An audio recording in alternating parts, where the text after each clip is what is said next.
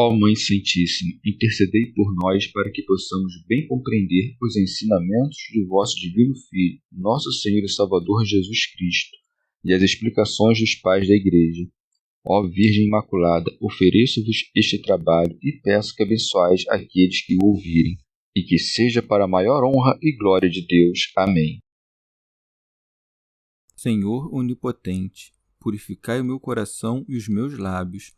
Vós, que purificastes os lábios do profeta Isaías com o carvão em brasa, e dignai-vos, por tal modo, purificar-me com a vossa misericórdia, para que possa dignamente anunciar o vosso santo Evangelho. Por Jesus Cristo nosso Senhor. Amém.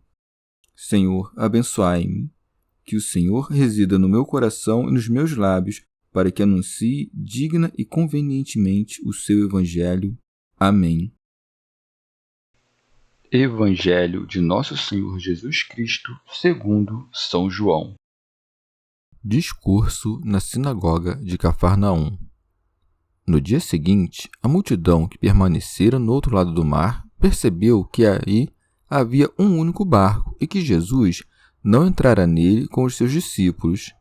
Os discípulos haviam partido sozinhos.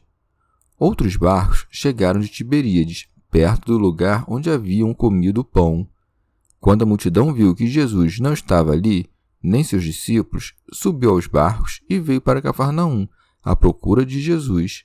Encontrando-o do outro lado do mar, disseram-lhe: Rabi, quando chegastes aqui? Respondeu-lhes Jesus: em verdade vos digo, vós me procurais, não porque vistes sinais, mas porque comestes do pão e vos saciastes. Trabalhai não pelo alimento que se perde, mas pelo alimento que permanece até a vida eterna, alimento que o Filho do Homem vos dará, pois Deus, o Pai, o marcou com seu selo. Disseram-lhe então: que faremos para trabalhar nas obras de Deus? Respondeu-lhes Jesus: a obra de Deus é que creiais naquele que ele enviou. Comentários dos Pais da Igreja. São João Crisóstomo. O Senhor, embora não tenha caminhado sobre as águas à vista da multidão, deu-lhes a ocasião de inferir o que se passara. O próprio evangelista mostra isso dizendo: no dia seguinte, a multidão que permanecera no outro lado do mar percebeu que aí havia um único barco e que Jesus não entrara nele com os seus discípulos. Os discípulos haviam partido sozinhos. Com efeito, o que isso quer dizer senão que a multidão suspeitava que houvesse atravessado o mar caminhando sobre as águas? Não se poderia dizer que viera em outra barca, porque havia ali uma única barca, na qual tinham subido os seus discípulos, sem que o Senhor tivesse entrado com eles. Santo Agostinho insinuou à multidão que se tinha operado aquele milagre tão grande. Vieram então também outras barcas à margem do lugar onde tinham comido pão e o qual as multidões o tinham seguido. E por isso o evangelista acrescenta que chegaram outras barcas em busca de Jesus. São João Crisóstomo. No entanto, depois de um milagre tão grande, não perguntaram como tinha atravessado o mar, nem buscaram tomar conhecimento do milagre. Com efeito, prossegue. Encontrando-o do outro lado do mar, disseram-lhe: Rabi, quando chegaste aqui? A não ser que alguém diga que aqui se deve interpretar quando, como, de que modo. É digna de nota a volubilidade daquelas almas. Com efeito, os que diziam: este é o profeta, e se propunham a arrebatá-lo para fazê-lo rei, agora que o encontram, já não pensam mais em nada disso. Santo Agostinho. Eis aquele que tinha fugido para o monte, falando agora àquela mesma multidão e expondo-se a ser detido e aclamado rei. Depois do milagre, cheio de mistério que operara, toma a palavra a fim de nutrir com discursos os espíritos daqueles cujo ventre saciara com pães. Alcuíno. Aquele que nos deu o exemplo para fugirmos dos louvores mundanos e das seduções do poder terreno, dá aos doutores o exemplo de como devem perseverar na pregação. São João Crisóstomo. A mansidão e a bondade nem sempre são apropriadas. Quando um discípulo é desleixado e grosseiro, é preciso aguilhoá-lo. E isso é o que faz aqui o Filho de Deus. Quando as multidões vêm adulá-lo dizendo: Rabi, quando chegaste aqui? O Senhor, para mostrar que não almeja a honra mundana, mas busca unicamente a salvação dos homens, responde repreendendo-os, não só para corrigi-los, mas também para expor o que ocultavam em seus corações. Por isso segue, respondeu-lhes Jesus: em verdade vos digo, vós me procurais não porque vistes sinais, mas porque comestes dos pães e vos saciastes. Santo Agostinho. Como que dizendo, buscais-me movidos pela carne, não pelo Espírito. São João Crisóstomo. Depois de repreendê-los, passa a pregar a sua doutrina celestial. Trabalhai não pelo alimento que se perde, mas pelo alimento que permanece até a vida eterna. Como dizendo, vós procurais a comida temporal, eu, porém, alimentei os vossos corpos para que procurasseis aquele alimento que não dá a vida temporal, mas a vida eterna. Alcuino. O alimento corporal sustenta apenas a carne do homem exterior, e não basta recebê-lo uma única vez, mas é preciso recebê-lo todos os dias. O alimento espiritual, porém, permanece eternamente e proporciona a saciedade perpétua e a imortalidade. Santo Agostinho. O Senhor insinua que Ele mesmo é esse alimento, como fica claro no que é dito a seguir. É como se dissesse, vós buscais-me por causa de outras coisas, buscai-me por mim mesmo. São João Crisóstomo. Como alguns, querendo viver na ociosidade, abusam desta passagem, é preciso lembrar-lhes as palavras de Paulo. Aquele que furtava, não furte mais, mas antes ocupe-se, trabalhando com suas mãos em qualquer coisa honesta, a fim de ter o que dar ao que está em necessidade. O próprio Paulo, quando ia a Corinto, detinha-se na casa de Áquila e Priscila, e ali trabalhava, dizendo, pois, trabalhai não pelo alimento que se perde, não indica que se deva ficar ocioso, mas que convém trabalhar e dar aos demais. Essa, com efeito, é a comida que não perece, enquanto trabalhar pela comida que perece é ser apegado aos negócios mundanos. O Senhor disse-lhes isso, portanto, porque não cuidavam de sua fé, mas apenas queriam encher seus estômagos sem trabalhar. E a isso é que, apropriadamente, chamou de comida que perece. Santo Agostinho. Assim como dissera a samaritana, se tu conheceras o dom de Deus e quem é que te diz, dá-me de beber, certamente lhe pedirias e ele te daria uma água viva. Acrescenta agora, alimento que o Filho do Homem vos dará. Alcuino. Quando receberes o corpo de Cristo pelas mãos do sacerdote, não fixes tua atenção no sacerdote que vês, mas naquele que não vês. O sacerdote é quem administra esse alimento, não o seu autor. O Filho do Homem dá-se a si mesmo, a fim de permanecer em nós e de que nós permaneçamos nele. Não queirais receber este Filho do Homem como recebeis os demais filhos dos homens. Com efeito, ele está separado de todos por uma graça única e não está contado entre o seu número, pois este Filho do Homem é também Filho de Deus.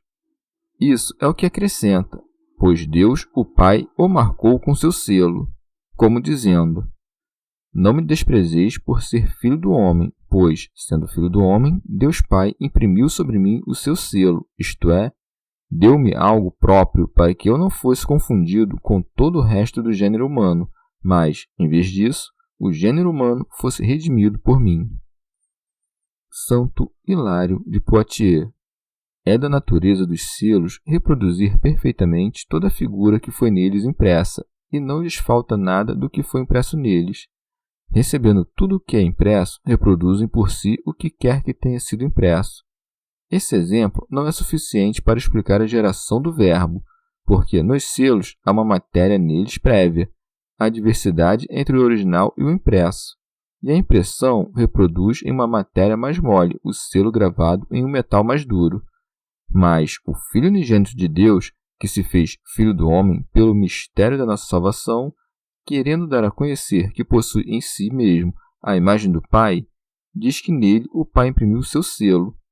Por isso, pode-se entender que lhe foi dado poder para que nos preparasse alimento adequado para conseguir a vida eterna, visto que continha em si toda a plenitude da forma de Deus.